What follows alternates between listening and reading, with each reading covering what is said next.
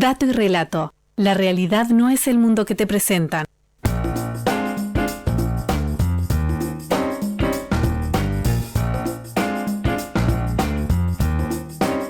Señores, son las 3 de la tarde con 37 minutos. Le hablábamos hoy más temprano cuando comenzábamos el programa a propósito del Instituto Nacional de Cooperativismo, que fue creado en octubre del año 2008 y que es quien propone, asesora y ejecuta las políticas nacionales de cooperativismo. Tiene como objetivo promover el desarrollo económico, social y cultural del sector cooperativo y su inserción en el desarrollo del país. Por eso invitamos hoy a su presidente, Martín Fernández. ¿Qué tal, Martín? Gracias por estar. ¿Qué tal? Buenas tardes. El gusto es mío de estar con ustedes en esta tarde. Acabo de presentar al instituto. Presentame a Martín. Bueno, Martín es el presidente de INACOP desde hace 3 años, desde abril apenas asumió este gobierno.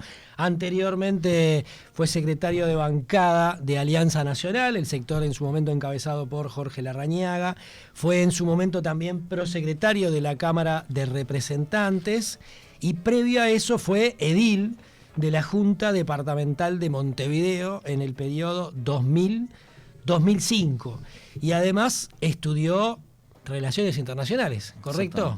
Todo eso es correcto. No culminé la carrera, pero estudié Relaciones Internacionales y estudié también Ciencias Sociales en otro pasaje. O sea que no andás diciendo por ahí que tenés un título. No ando diciendo por ahí que tengo un título. No. Viste que hay una propuesta. Pero es que la verdad que no entiendo muy bien qué se da, claro, por qué se da eso. Porque la gente miente, decís vos. Claro. ¿Sí? Pienso igual. Estábamos leyendo recién, antes que en la primera parte del programa, una propuesta de un diputado de Cabildo Abierto que, arrimate un poquito el micrófono, sí, que decía que presentó un proyecto de ley para que las personas que hacen eso queden inhibidas de actuar en función pública por varios años.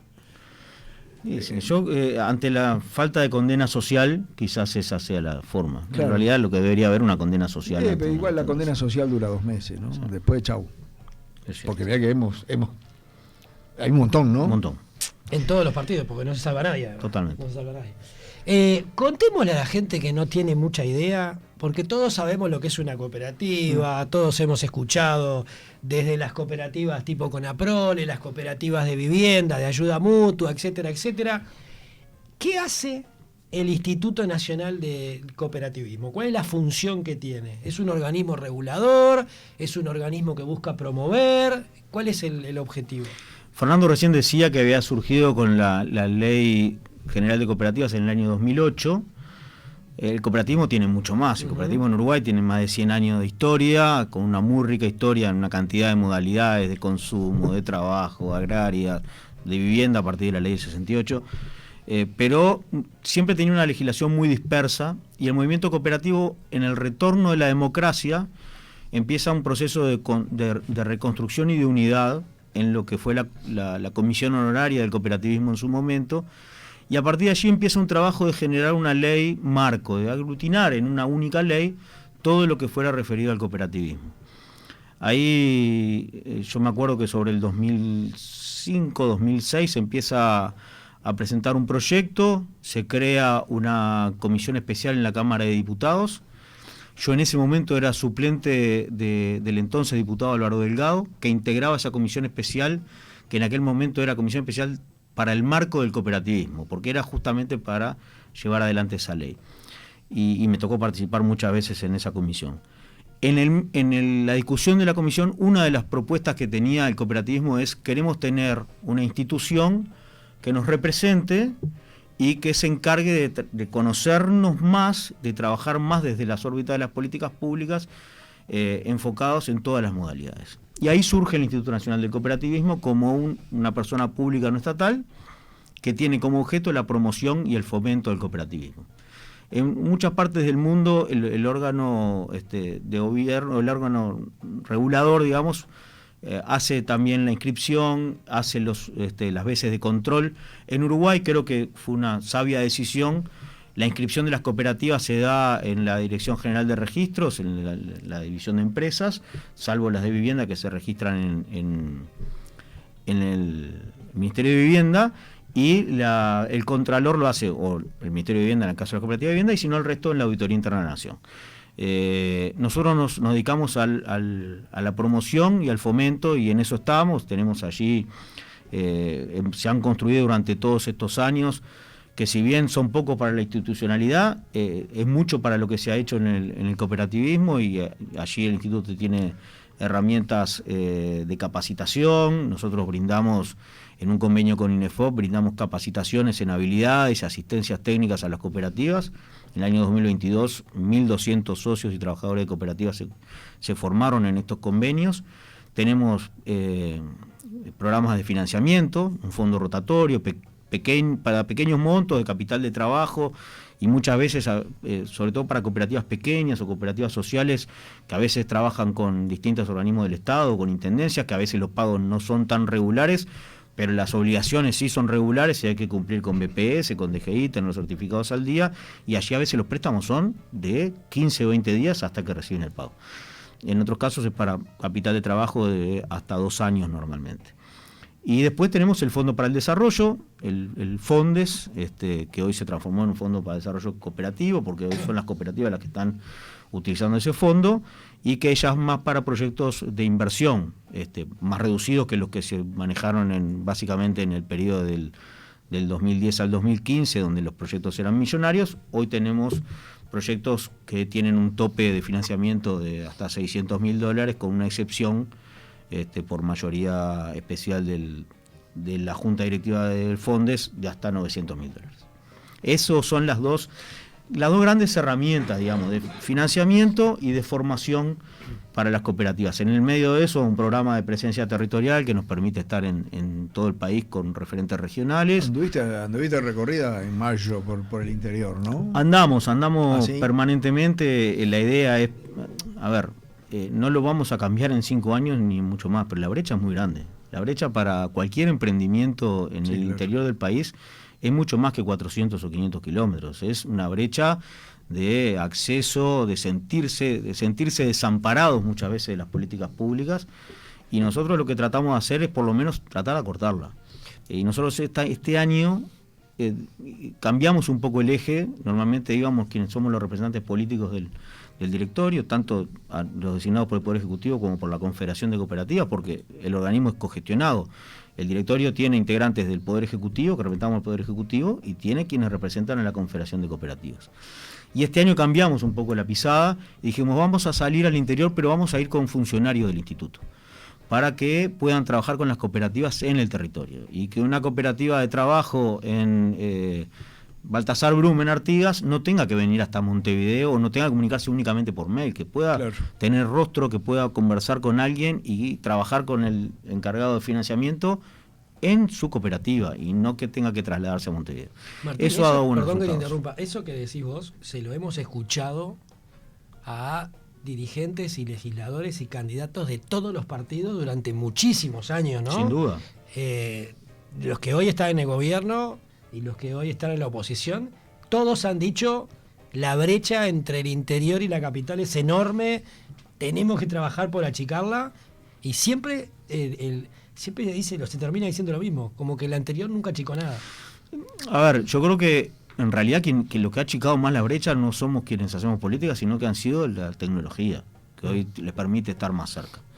Pero sí, eso del cara a cara que decía el vos, cara a cara es insustituible, pero no solamente el cara a cara, porque acá los funcionarios del instituto, que tienen la camiseta puesta, trabajan muy bien, pero tienen la referencia de una cooperativa en Bichadero por una planilla Excel. Claro, están acá. Están ahí en la Ciudad Vieja. Están en Ciudad Vieja, en Sarandí, Colón, y una planilla que nunca te da la cabalidad de qué es lo que está pasando, y aparece experiencias formidables en cualquier rincón del país. Estuvimos en Rivera el mes pasado.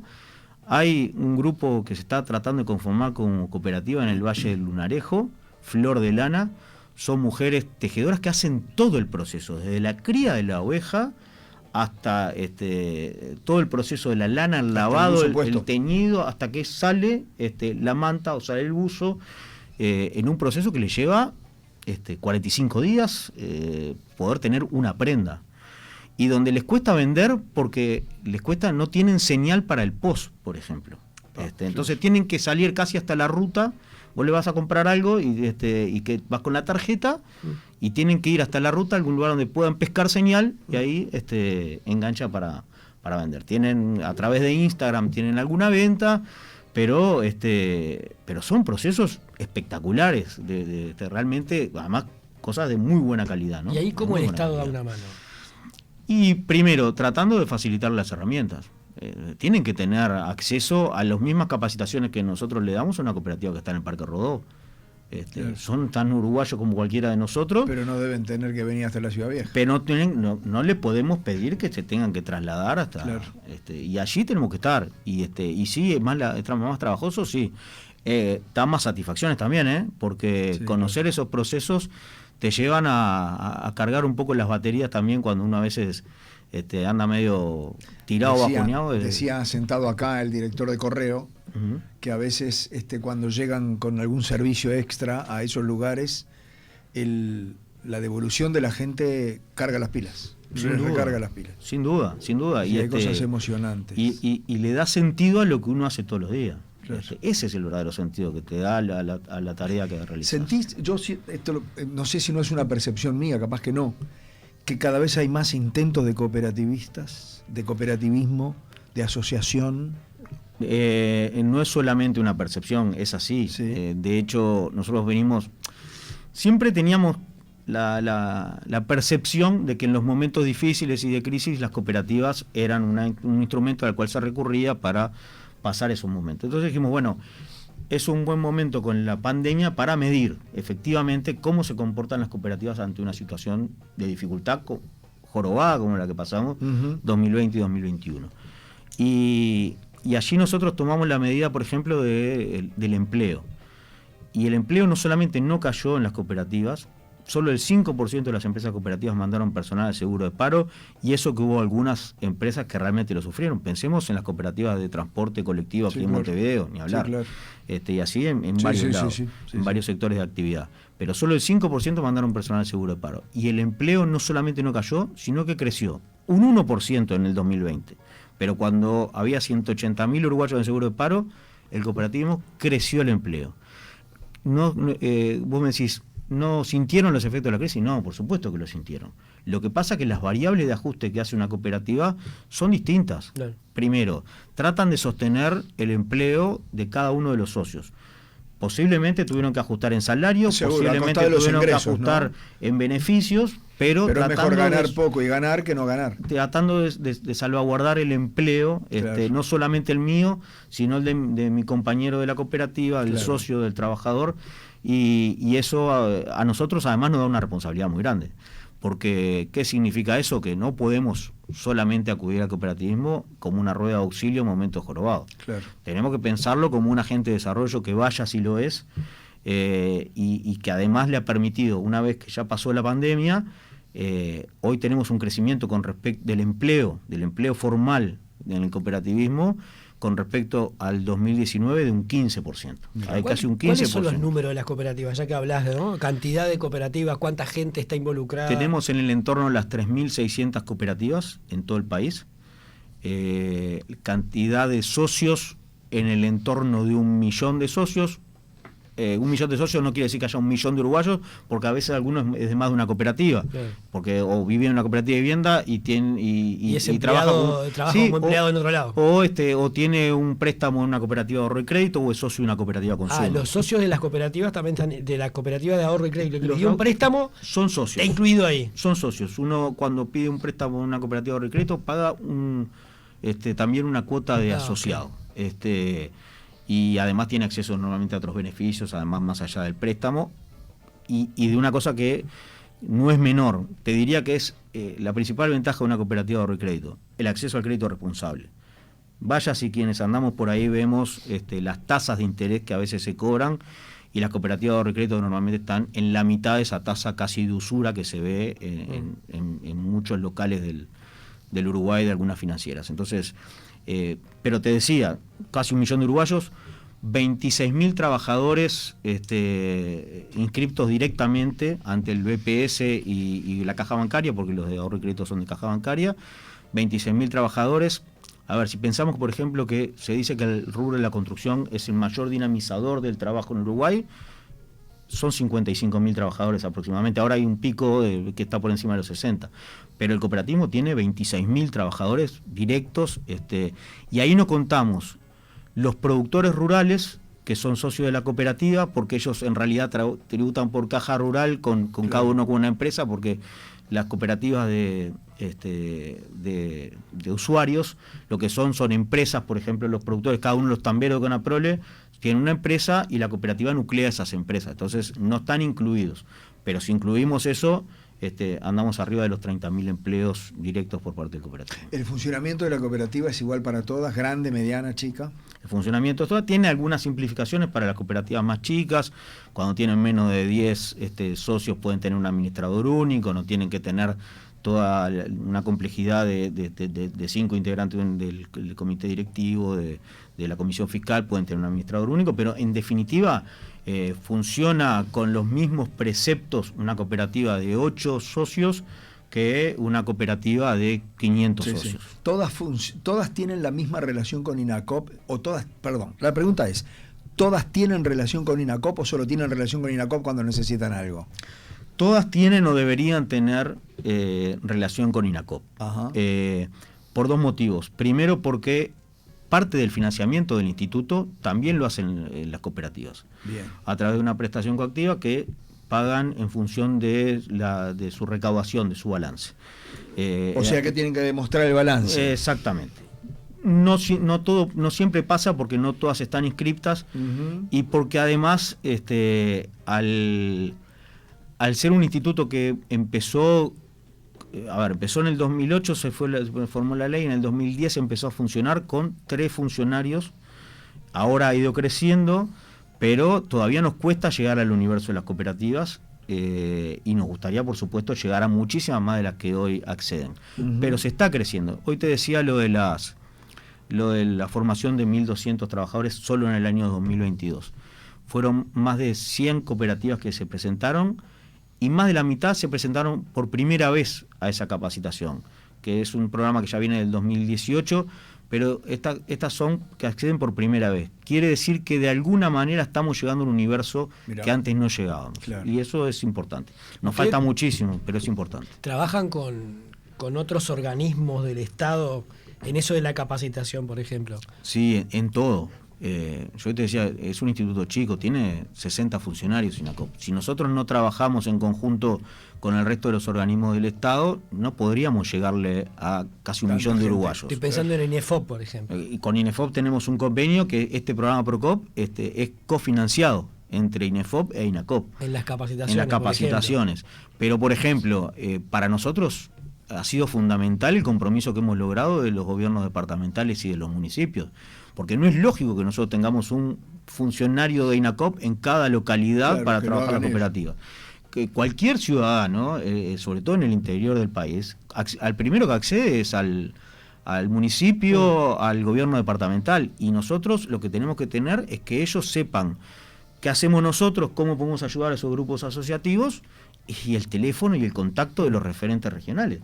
Y la verdad que en eso hemos tenido un compromiso muy grande de las intendencias y de los municipios.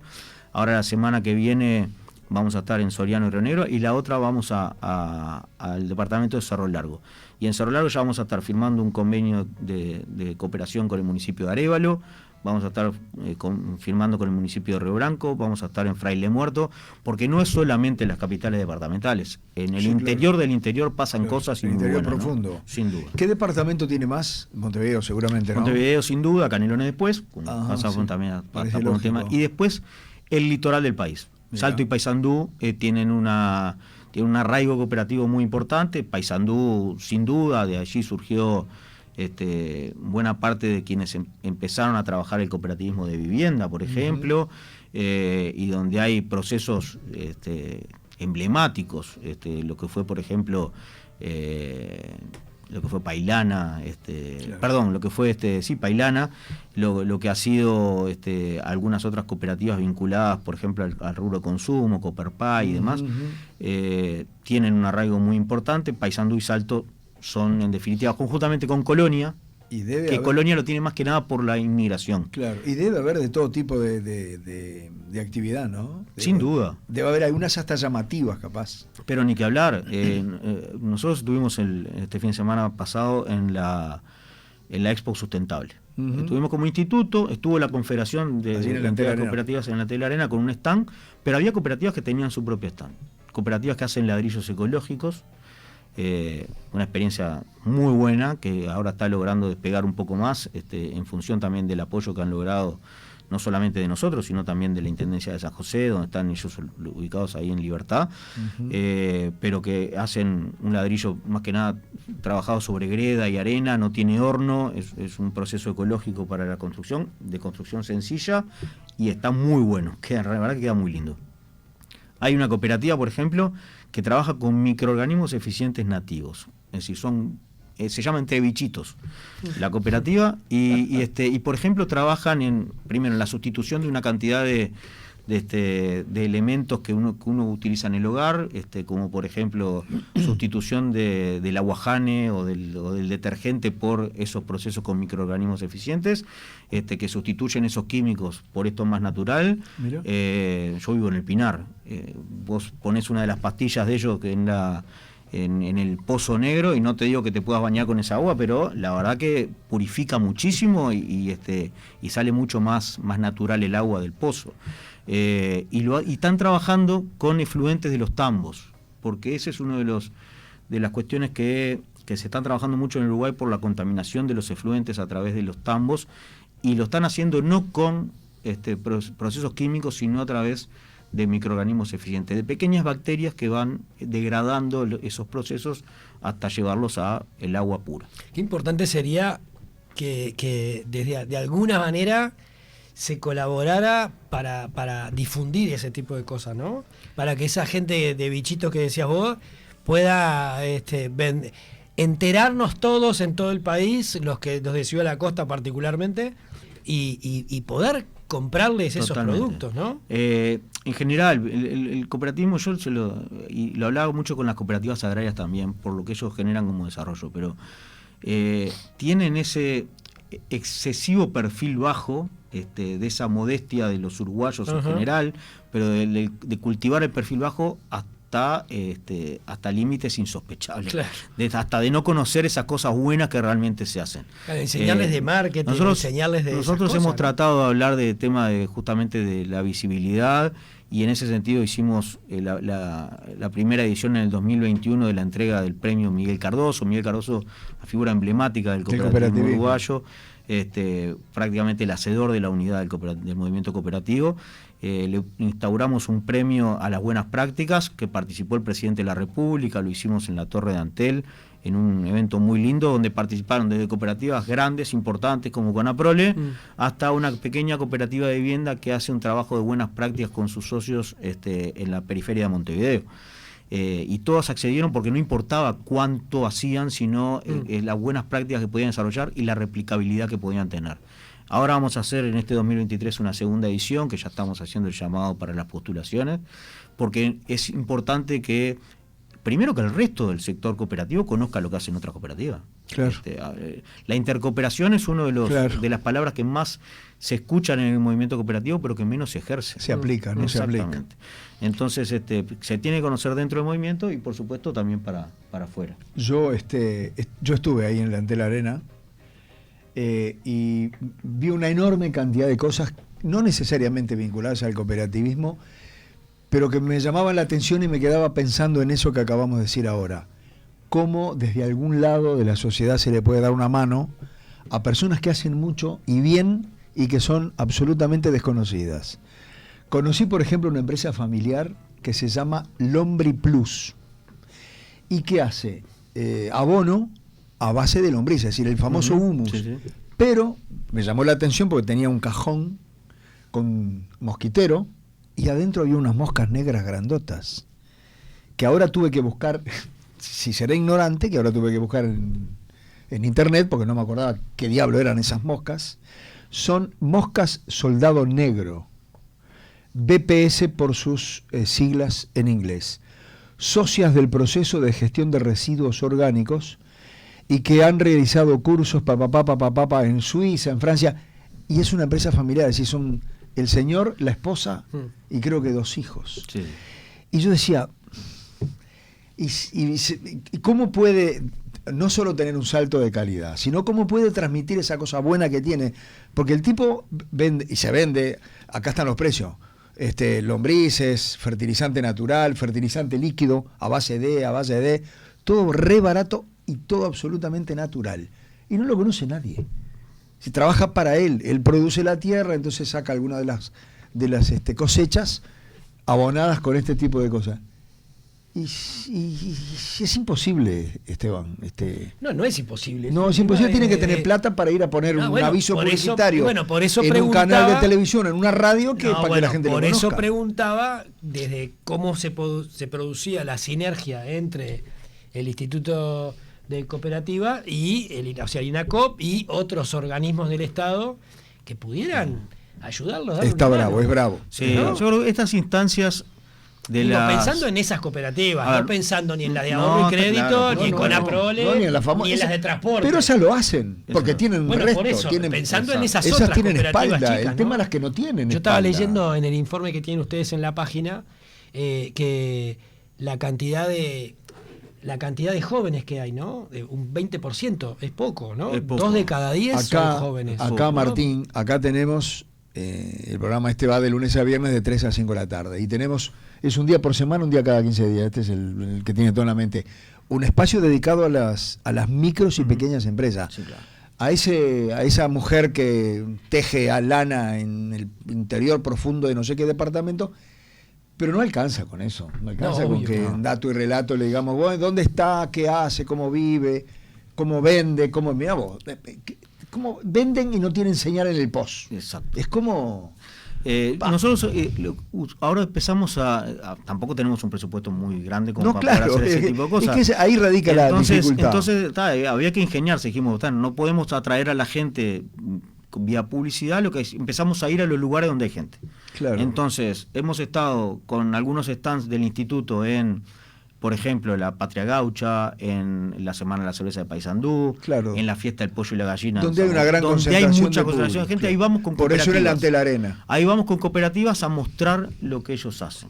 Y ya de paso enganchamos para hacer otra cosa, porque por ejemplo en la Semana de la Cerveza de Paysandú se nos ocurrió que normalmente la Intendencia lo que hizo durante toda la vida fue licitar para que una empresa hiciera la limpieza. Le dijimos a la Intendencia, bueno, vamos a hacer una cosa, nosotros no te vamos a pagar un stand, nosotros no podemos pagarte un stand, pero nosotros colaboramos para que sea una cooperativa social la que haga la limpieza en la Semana de la Cerveza, 80 trabajadores, la fiesta más grande del país durante una semana. Sí. Era una oportunidad lindísima para ellos para mostrarse. Colaboramos en eso, en vez de darle plata a la Intendencia, colaboramos en eso y se contrató una cooperativa social por primera vez en la historia. Mirá. La satisfacción que tenían esos trabajadores, el esmero con que lo hicieron, porque era la gran oportunidad de mostrarse al resto de la sociedad de Paysandú. Estaba mostrando lo suyo. Yo no te exagero, en los baños de la Semana de la Cerveza podías operar, parecía un quirófano.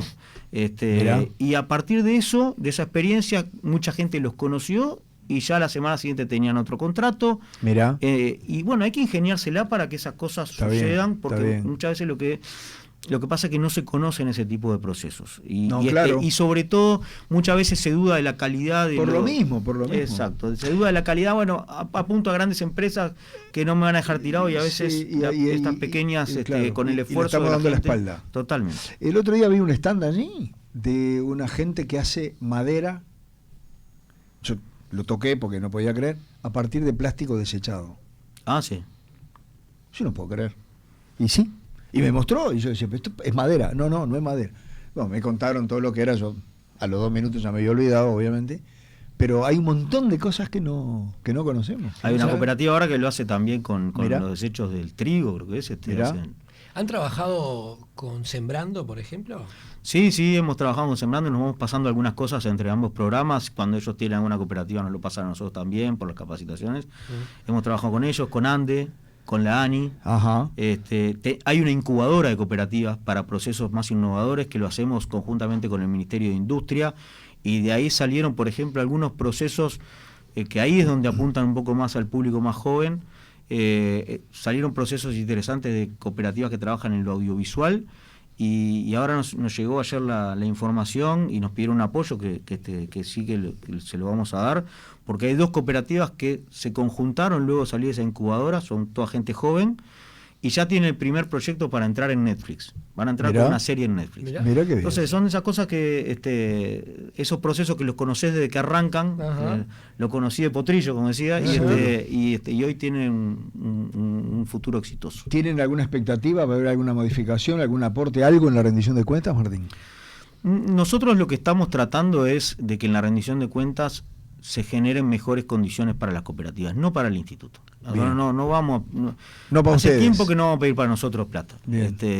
Lo que nosotros estamos buscando con algunos artículos que estamos tratando de que salgan Bien. es mejorarle las condiciones para que las cooperativas a la hora de llegar a una contratación, por ejemplo, con el Estado, Claro. tengan, por ejemplo, paguen el IVA Menos, básico, claro. y no el IVA. A las de vivienda se les bajó el interés, ¿no? A la de vivienda se le bajó la tasa de Hace interés. años que reclamaban eso. Volvió a la tasa de interés social que siempre tuvo. En el año 2008, se llevó la tasa de interés del 2 al 5,5%.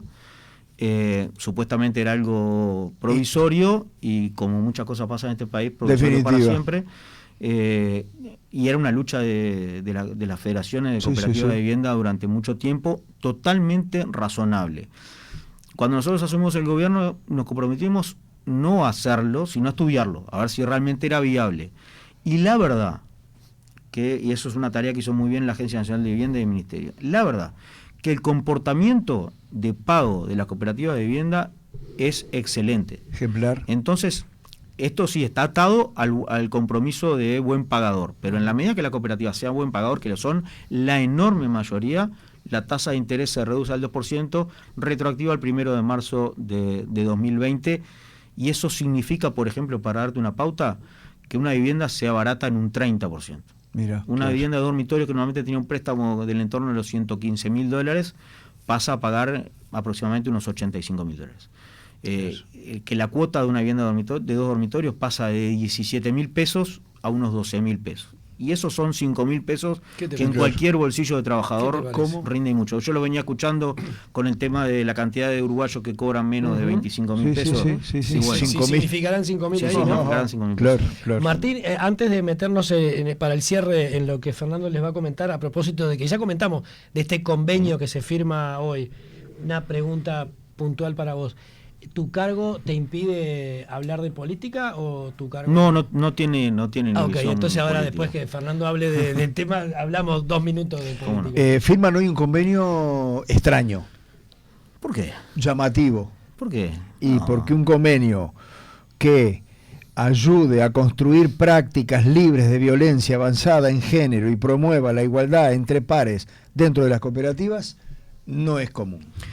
Pero ha sido un eje en estos últimos años del instituto, y no solamente en el tema violencia de género, también en otro orden, y ahora voy al convenio pero en otro orden que también es fundamental, que es el de la independencia económica de las mujeres, y trabajar porque en el cooperativismo, vos fíjate un dato que se me había escapado y que no es nada menor.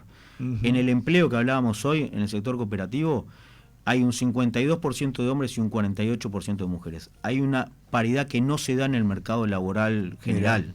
Es mucho más paritario en el cooperativismo. Entonces, trabajar en el empoderamiento de las mujeres a través de la independencia económica es fundamental. Está perfecto. Y el tema de la violencia basada en género, sobre todo en algunas características como son, por ejemplo, las cooperativas de vivienda, que son comunidades donde hay que trabajar estos aspectos de forma muy fuerte. Nosotros recibimos la inquietud del Plan de Vivienda Sindical, de la Federación de Plan de Vivienda Sindical, que además ha crecido mucho en todo el país en estos años, donde la gran mayoría de quienes habitan esas viviendas son mujeres jefas de hogar, de trabajar en estos temas para prevenir la violencia basada en género, de generar protocolos, y bueno, para nosotros, en función de lo que venimos haciendo todos estos años, es algo bastante natural. Lo hemos desarrollado con InMujeres, con ONU Mujeres. Estamos trabajando fuertemente, enviamos un proyecto con la firma de todo el Consejo de Ministros para incorporar la perspectiva de género a la Ley General de Cooperativas. Y cuando hablo de perspectiva de género no es la o les. No, perspectiva de género es, si tenemos una cooperativa que tiene determinada cantidad de socios y hay una asamblea, bueno, que la asamblea tiene que contemplar, por ejemplo, un espacio de cuidados para que la mujer pueda concurrir a la asamblea y representarse por sí misma y no tener que ser representado por otro, sabiendo que tiene cómo cuidar a sus hijos y cómo cumplir con una cantidad de tareas que hoy la mujer asume como propia. Entonces, eso también es perspectiva de género. Eso son cosas de cuidar la representación y la democracia en todas sus variables. Y en eso es imprescindible que las mujeres además logren ese empoderamiento participando en la toma de decisiones de las cooperativas. Bien, para ir redondeando, pregunta política. Vos sos de Alianza Nacional. Yo era de Alianza Nacional. Ah, bien, esa era la duda que te quería hacer, porque yo tenía entendido que, como decía, que vos sos integrante o eras integrante de Alianza Nacional, fuiste edil de Alianza Nacional, representaste a Alianza Nacional, y me llamó la atención cuando me dijiste, no sabía que había sido suplente de Álvaro Delgado. Sí, y hoy, perdón, sí. Y la pregunta es, hoy Alianza Nacional está con Laura Raffo, y de ahí venía mi pregunta, y Álvaro Delgado está por otro lado.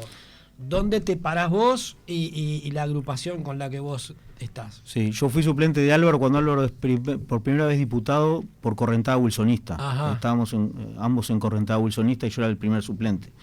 Después yo, conjuntamente con ese proceso de correntada que lo tuvo también a Pancho Gallinal liderándolo. La 33. Con la 33, ¿no? Exactamente. Acompañamos a Alianza en las últimas elecciones y para mí Alianza era Jorge Larrañaga. Y una vez que falleció Jorge, yo sentí una orfandad, digamos, en cuanto al sector. Y esos mismos procesos a mí me fueron distanciando un poco de Alianza y era un proceso que se iba dando del acompañar a Laura Raffo y el herrerismo, en el cual yo prefería no estar.